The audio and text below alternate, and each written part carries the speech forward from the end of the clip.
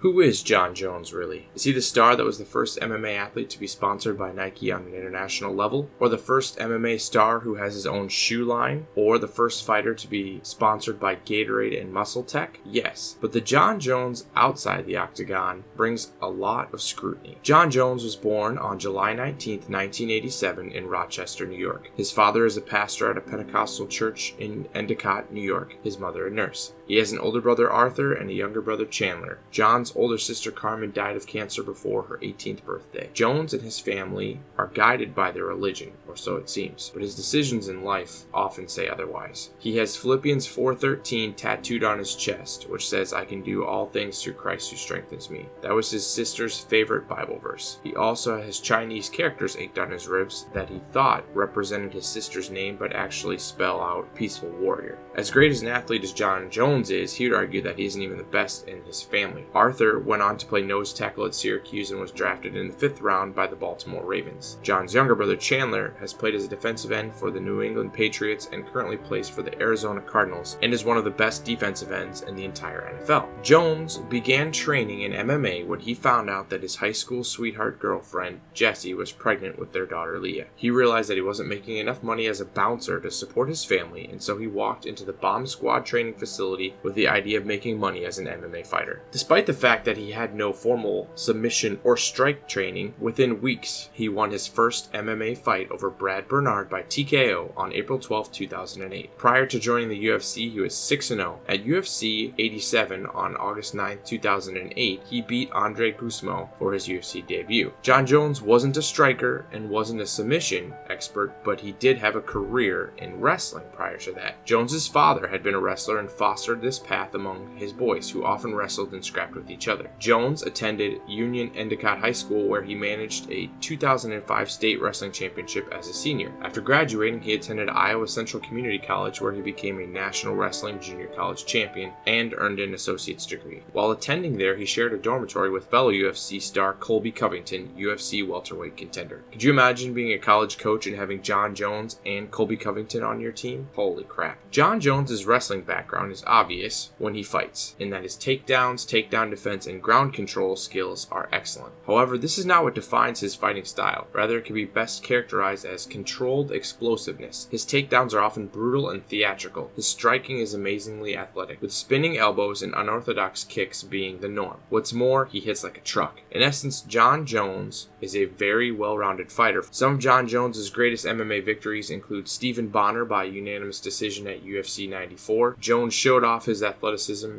in defeating a fan favorite. Spinning back kicks, spinning back elbows, and more were on display during Jones's dominant performance here. With the win, fans truly began to realize the talent they had in front of them. At UFC 128, Jon defeated Mauricio Shogun Rua by 3rd round TKO. He absolutely demolished him, a former Pride star and current UFC lightweight heavyweight champion. By defeating a legend so soundly, he once again solidified his position in the octagon as a true great in the game. At UFC 145, Jones and Rashad Evans battled it out. Rashad Evans was actually a training partner of Jon Jones, and this led to some bad blood and Evans actually leaving the camp. Though the former TUF champion fought hard and gave Jones perhaps the best run of his career, in the end, Jon Jones was the winner. At UFC 165, Jones was hurt for the first time. Alexander Gustafsson was giving him a battle. Things were not looking good for him against a fighter who was his size and at his skill level. But then, as great fighters do, he battled back, in this case with a now legendary spinning elbow. And from there, it was his show as he came back from the depths of despair to win the closest fight of his career to date. At UFC 182, Jon Jones faced off with Daniel Cormier. Cormier was a battler. He had the best grappling skills Jones had ever come up against in the MMA and was an Olympic wrestler, and the pre-fight trash talk was incredible. But in the end, Jones actually outstruck and wrestled Cormier. It was an amazing display, one worthy of a champion. As a fighter, Jon Jones is arguably the best on the planet. As a person, though, there leaves a lot to discuss. In 2012, Jones was pulled over for a DUI after crashing his Bentley into his pole. Later, in September of 2012, at UFC 151,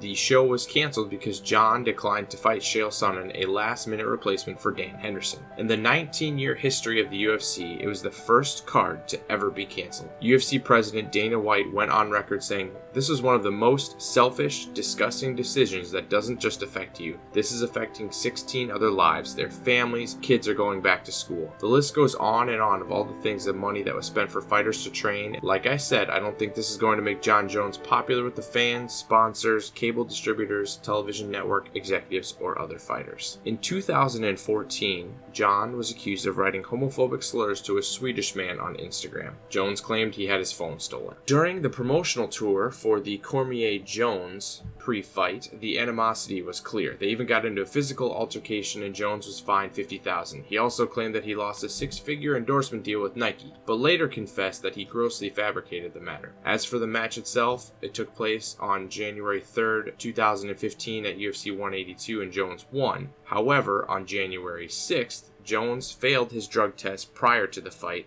for having cocaine in his system. In an interview afterward with Ariel Helwani, Jones stated that this was a pants-caught-down situation and that he's never used coke besides this one time. He also stated he is a habitual marijuana user and loves to drink and party hard. He also then said he was addicted to marijuana but has since stopped being an addict. On April 27, 2015, in Albuquerque, New Mexico, police announced that they were looking for Jon in a connection with a hit-and-run accident. It was reported that Jones passed an intersection having a red traffic light without stopping and got into a collision with two other vehicles. Afterwards, he left the scene on foot while there was a pregnant woman still trapped in one of the two other vehicles. He was stripped of his belt and had 18 months of supervised probation. After finishing his probation, he wanted Cormier again, but first beat Ovin Saint-Preux, who he beat by a unanimous decision. Jones wanted a rematch with Cormier to be his next fight. It would have happened on July 9th, 2016 at UFC 200, but Jon Jones was taken off the fight for a potential drug violation. On November 7th, 2016,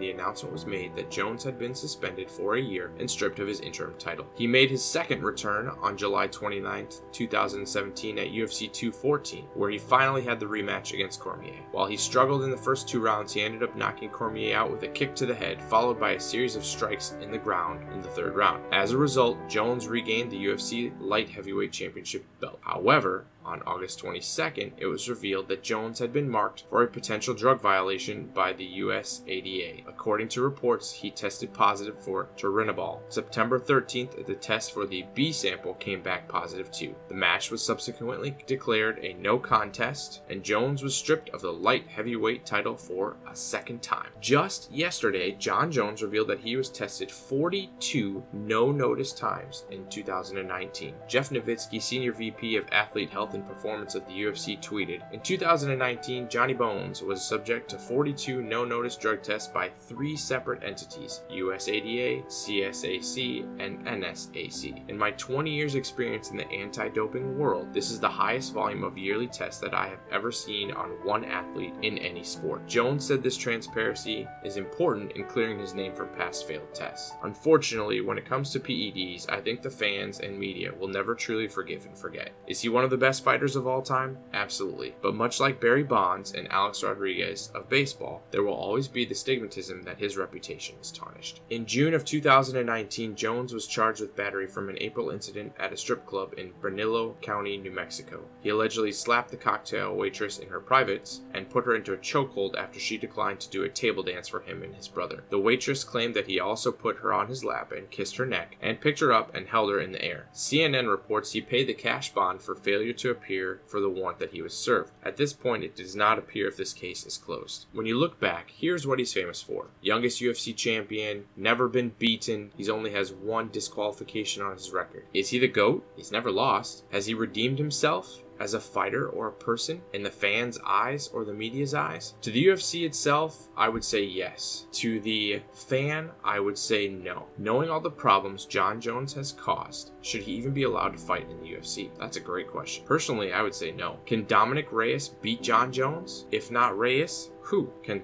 Thiago Santos recover enough to get back to top form? His fight with Jones was a legendary battle, and Santos gave him a phenomenal fight. Possibly Corey Anderson can unseat him? In all honesty, Jones has had such a phenomenal run, it makes sense to bulk up and go after Stipe Miocic for the heavyweight belt. Israel Adesanya wants a piece of him as well, but the timing isn't yet right for that one. Maybe in a year or two we'll have that fight set. After making this video, every bone in my body is rooting for Reyes to win. Jon Jones is the best UFC fighter ever, but his career should have ended a long time ago due to his many off-the-octagon incidents. His Hall of Fame career will always have an asterisk beside it in my book. Thanks again for watching. Please subscribe to this channel for more great content.